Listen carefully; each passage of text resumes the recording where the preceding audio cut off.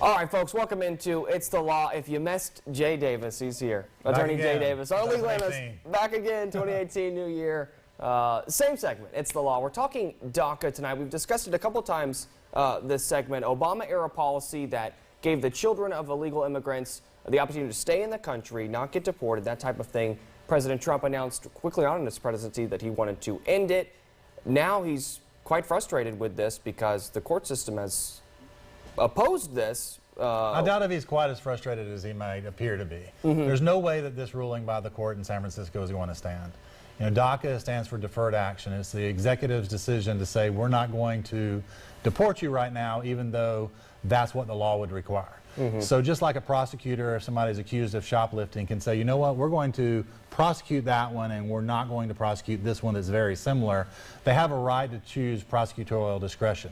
That's to exercise or to execute their function. So the president has a right to execute the law as it stands, but only Congress can make the law. So this is deferred action. They are due to be deported, and the deferred action is they're going to defer their deportation. So at any time, and we do this, we do immigration, we work in this field, and I've warned every person that has sought this that you are giving the government your location, your name, where you work, where you are, where to find you, when and if this fades out and the next administration or this administration chooses to execute that deportation. Yeah, you're not going to hear that you haven't really heard that often when people are covering this.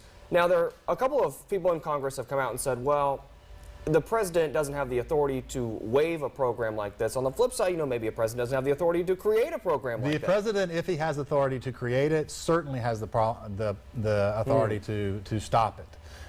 The thing is Obama knew he didn't have the authority to do it. He said it over and over again. He was a constitutional scholar. Congress makes the law with regard to immigration, and they are the only ones constitutionally that can do it. Yeah. The states can't do it. They can't intervene, and an executive cannot execute what is not the law, which is what this policy does. Now, the reason for it comes around a really poor immigration law that neither Democrats or Republicans wanted to fix. So it created a lot of bad law. So it was an attempt to do something about it. But President Trump absolutely has the right to stop it.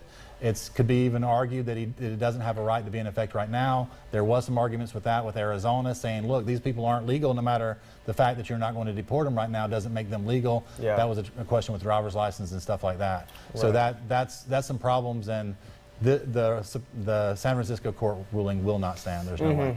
Last thing, Jay, we got about 30 seconds real quick. If somebody who's under DACA comes to your office, maybe worried about what could happen next, what are some of the things you tell them? I tell them, look, when you signed up for DACA, if you did it through our office, we told you about this.